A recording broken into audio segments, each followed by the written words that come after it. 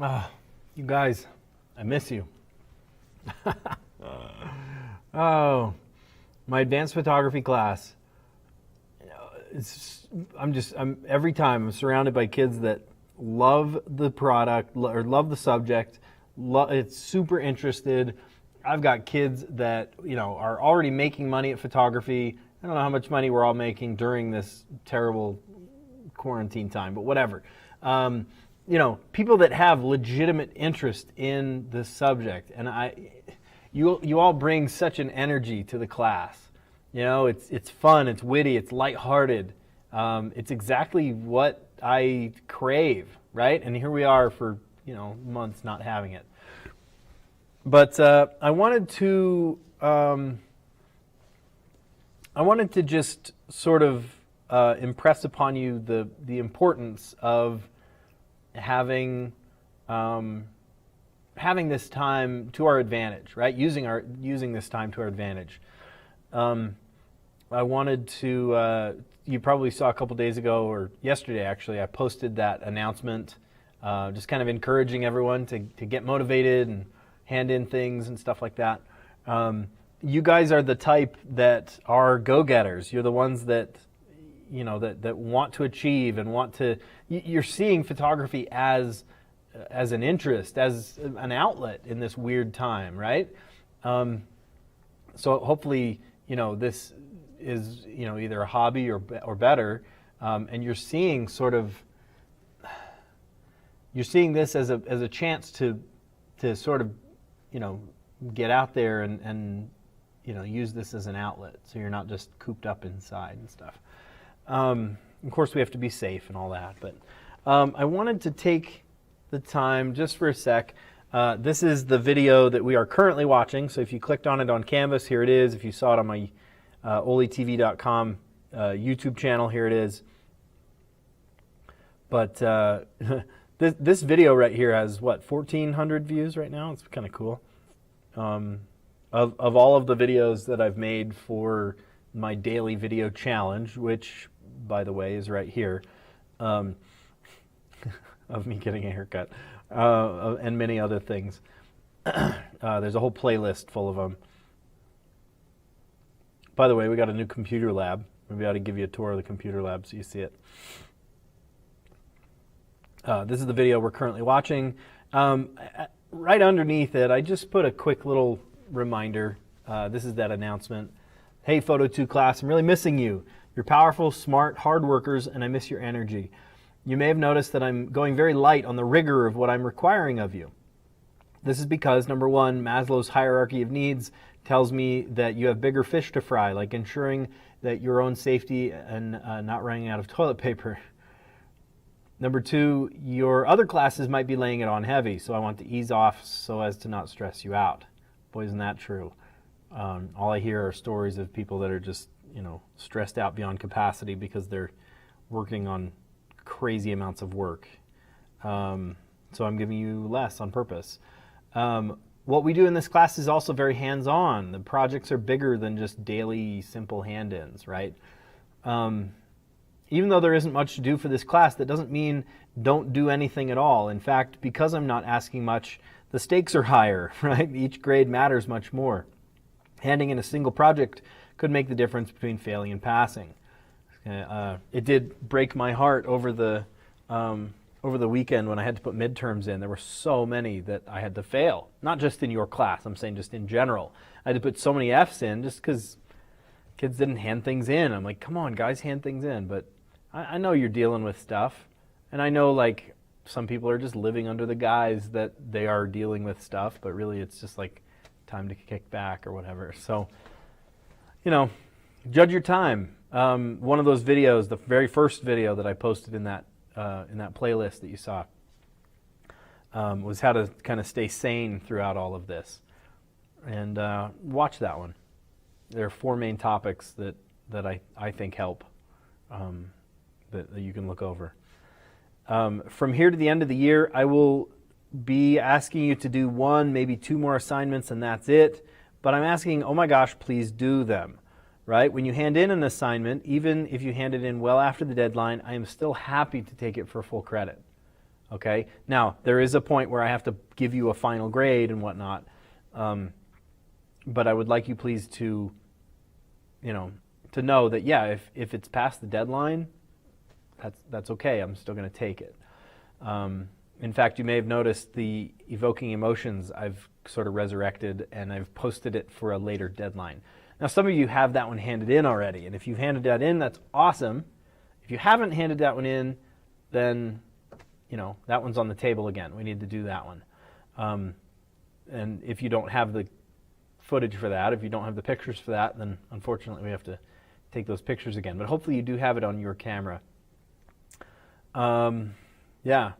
Anyway, so this is just a quick reminder, right? If you haven't turned in the Humans of Salt Lake, turn that one in. I will still have you turn in the Evoking Emotions project, and I'm very sorry if you have to start from scratch on it, because those computers that were on, that your pictures were on, guess what? They are not in the lab anymore. Well, actually, they're in the lab. Can I show you? Let me just show you. We'll go on a quick tour.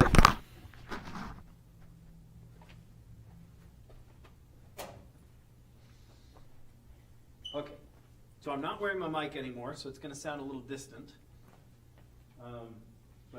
Whoa, and over here. Tighten this one. There we go. All right, here's our room. Remember this place? Okay, and you might say, well, yeah, there's the computers right there. They look the same, but actually, they're not. These are the new computers. You can tell they're the new ones because they have USB-C connectors in the back. Wait, what? USB-C? Yeah, these are the brand spanking new ones. They're super fast. They have a way good processor, way good video, way good graphics cards. And here are the old ones that the computer people decided to stick in my room, tied up with the cord. That was not my idea. That was the computer people. But anyway, that was number 2. So if you sat at number 2, a lot of you guys sat in the 2 middle rows, so I don't know if you used that one. But it looks like they're like being held hostage in the corner of my room, so I'm a little sad by that. It would be nice if they would treat them a little better. But anyway, so that's our new lab. Brand new computers. So far, all they have is the operating system on them. They don't even have Creative Cloud on them or anything. So.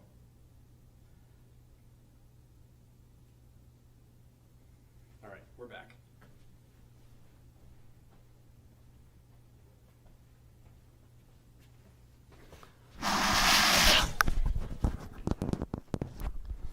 Okay. If I was wearing my wireless microphone, then you would have been able to hear all of that, but you probably just heard my mumblings. Okay. So anyway, that's my plea to you to finish your assignments, right? Don't just leave it by the wayside. And P.S., if you have any of my camera equipment, please get it back to me. Thank you, Audrey. You just got yours to me. I appreciate that. Anybody else that has my stuff, that's not just cameras. That's if you forgot to give back a tripod or anything like that, drop it off in the main office, or if I'm here, come up to 271 to say hi. I'm not here every day, so you might email ahead of time just to see. Yeah, so let's do this. So first off, Evoking Emotions. If you haven't gotten that one to me, you need to get that one to me. Like I said, I'm resurrecting that one. And you need to get that one to me if you're thinking, oh, well, what the heck? How come we can't just cancel that one? That's rude of you. Well, no, I did assign that one in previous quarter, and I'm just kind of bringing it back. And it's not that much, right? 5 images that are related to a central theme that make the viewer feel a certain emotion. You guys remember this from when we first did it. If you have access to those photos, just give me those ones that you already had. If you've already submitted it, then take a deep breath and don't worry about it. You've already submitted it, you're good to go. But if you have not handed yours in yet, then you either need to get those photos that you've already taken and get them up and running, or if you don't have access to those photos anymore, then you need to go take more photos. Yeah. Okay. because a lot of us are ready to move on, I also wanted to assign you this, dare I say, last assignment. I'm not going to give you much, and I think this might be the tail end of it, right, for the last little while. Because there is a time, and you can actually read this in the district's things that they've sent out, but a lot of people have asked that there is like a solid not have any more work surprised on us, sprung on us, right? And I think that deadline is the week of May 11th. So what is that? 11th through 15th. Okay. We are not, the teachers, this is like district policy, I guess, are not giving work after that date. Now, of course, you're going to be working to like tie up loose ends and finish assignments that you haven't finished yet and stuff like that after that. But the majority of what you're going to be doing for those days is just kind of tying up loose ends. You're not going to get new assignments after that week right there. And I want to give this to you now just so if you want to tie up your loose ends right now and not get sprung with something because you're ready to move on, here it is, okay? And it is this right here, camera tricks. Now, just to let you know, camera tricks was actually an entire big, long project that actually had multiple steps. Camera tricks was, we did a couple of HDRs, high dynamic range photos. Those were awesome. Those always turned out super good, but not everyone has access to the software that can make that happen, Lightroom Classic or Photoshop. So I figured, you know what, not everyone has access to it. Let's just, work on a even playing field here. We also did Cinemagraph, and Cinemagraphs are those animated photos that like part of it, most of it is still, but there's one part of it that's moving. Go Google Cinemagraphs, they'll blow your mind. They're so cool. A lot of times you see them as animated GIF images, or they are on Instagram as short videos. I used to post them all the time on my Instagram. I should do it again. More than just like boomerangs, right? It's like a back and forth sort of image that like loops. And then another one that I was going to have everyone do if we were in person was action sequences. Often you'll see that in like action sports, motocross or somebody doing a backflip or things, and you see each step of the backflip. It's very cool. You see that in skate magazines a lot. Carlos, I'm sure you'd love that. But anyway, so the one that I'm going to have you do from the camera tricks assignment is this one, long exposures. For every one of these tricks to work, you need a tripod and possibly a remote shutter release. So if you have access to a tripod, use that. If you don't have access to a tripod, then balance your camera on the top of your car or lean against a wall or something, right? There are ways to get a stable shot. Another thing, if you have access to it, is use a remote trigger.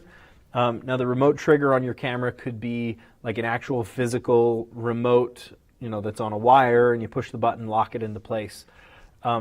Or it could be, sometimes cameras can connect to your phone. You get the Nikon app and then use your phone as a trigger. And they talk via Bluetooth or Wi-Fi or however it works, I don't know. But then, use your phone as if it was the trigger. Either way, that's awesome. Or an intervalometer or a basic trigger or whatever. If you don't have one of those, then what I recommend is putting your camera's settings the right way you want them, set up your camera, and then put it into timer mode so that you click the button and then after like 2 seconds, then it takes the picture.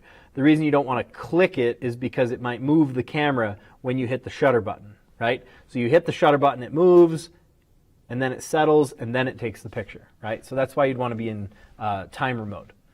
So that's one of the ways to do that. Anyway, getting back to the assignment. Each of the categories, we don't have a ton of categories. We just have the one for long exposures. For long exposures, you'll submit 2 long exposures. Pretty simple, right? Yeah. All right, here's how I have you set it up. It seems counterintuitive, but you want to set your ISO as low as it will go. If your camera goes to 100, set it to 100. If your camera goes to 80, set it to 80, right? So whatever your lowest ISO is. Now you might be saying, well, wait a minute, Miller, don't you use a high ISO when you're in the dark? A lot of times, yeah.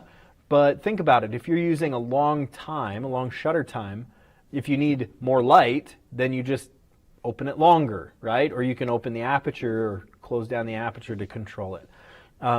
To make your camera more sensitive, all that will do to your long exposure is add more noise. And we don't want digital noise. We want this to be a really crisp and a beautiful photo. So the way to control these ISO photos, or these long exposures, is to have your ISO really, really low, the lowest it'll go. On my case, on my cameras, I'll set it to 100. The shutter speed is how long the moment is that you capture. It could be anywhere from a few seconds to a few hours even, right, to extreme examples. This photo, right, to have the red, the yellow, and the green show through, you would have probably I don't know how long the whole cycle would be, right? So maybe 30 seconds at the stoplight. If you want a short trail of a light behind a car, maybe it's a second or 2 seconds long. If you wanted really long streaks, then maybe you'd want those to be even longer than that. You'd want, a 30-second long exposure. Here's the kind of counterintuitive part, though. Because there's not a ton of light bouncing off, right? There's not light bouncing off of the walls and the floor and everything. You could leave your camera open for a longer time, and all the light you're going to get is just the reflected light or the direct light coming from light sources, right? So light sources would get more intense, but there's not very much light bouncing off of the floor or the roadbed or whatever you're taking a picture of. So, a 2-minute long exposure and a 10-minute long exposure might give you just about the same amount of light. Seems kind of counterintuitive, doesn't it? But just because there's not very much light in that subject, you're basically starting with a blank canvas. Now, the one that does make a difference, though, is your aperture. Okay, your aperture is how you control the exposure. If at first your picture is too bright, then you'll want to close down your f number. You'll go to the higher numbers. Say you started at f4.8 or excuse me, 5.6 or something. Then it's too bright. Maybe you'll go to f8 or f11. Okay, or maybe it's too dark, right? They're just tiny little pinpricks of light. Then you'll want to adjust the aperture wider. Okay, that one will be a little bit of trial and error. It depends on how big or how wide you want those light sources to be. Okay, that's the aperture is how you're going to get that done. Adjust the aperture, but keep the shutter time as long as you need it. So the shutter time will give you the length of the streaks of light, right, or the duration of the light. In this case, the whole cycle of traffic light. But if it's a moving light, then it's the distance that the light traveled. And then your aperture, right, is how intense the light is. I don't know where the aperture was on this one, but if it was really low, you'd get just little shots of light, barely at all. If it was, a much wider aperture, the low numbers, then you would see big streaks of light like this. So I'm willing to guess that this one was probably a lot higher diameter, so a lower number. There's some cool examples. Just if all you do is Google just long exposure photography, it's all those that come up. And all I'm not asking for much, but all I'm asking for is 2 long exposures. Show me that you stayed up late at night and took some awesome photos, of planes going by or the cars going down your street or some kind of cool long exposure. If there's not much movement or change over time, then it's not going to turn out like much. It's not going to look like much. But if you really think about, okay, what would look cool as a long exposure? Maybe, dancing with lights or a phone flashlight or even light painting, right? Could you light paint? Yeah, you could do light painting right in your front yard if you wanted to, as long as there's not other, light pollution from something else. Anyway, so that's how to do it. Low ISO. Your shutter speed is the time duration, so the distance of your light moving or the change over time. And then your aperture controls how much light comes off, right? How much light actually hits the sensor. If there's a smaller aperture opening, the high numbers, then you're going to end up with a whole lot, smaller streaks of light, things like that. But if you have one that's wide open, an aperture that's wide open, you'll get big bursts of light, all at once. So anyway, that's all I'm asking for in this one. I'm not asking for a ton. I would love for you guys to work the best of your ability making long exposures happen. If you haven't yet, please submit your evoking emotions. You might have that on your camera still. And if you don't, then maybe you just have to shoot over again. Sorry about that. But I did want to put evoking emotions back on the table so we could look at it and get a grade in for that one. But like I said, I'm not giving you like daily assignments. There's not like things you have to do every day. We're not doing starters anymore. In fact, we're not even going to do that end of year state test anymore. They sent out a big email saying, hey, we're not doing state tests. So the skills certificate exam, they're not doing anymore this year at least. Yeah, just a lot of weird changes, crazy stuff. I miss you guys. I hope you're doing okay. And I want the best for you. I want to make sure that you're healthy and happy. I care about you, and I miss your energy. I miss having you guys around and seeing you and kind of feeding off your energy. It's weird to just sit in an empty room like this. But yeah, I hope that you guys are doing all right. And I want everything to work well for you. So yeah, get these assignments done. I'm not asking a whole lot, but what I do ask, I know is going to turn out awesome. So, all right, we'll talk to you later. Keep in touch. See ya.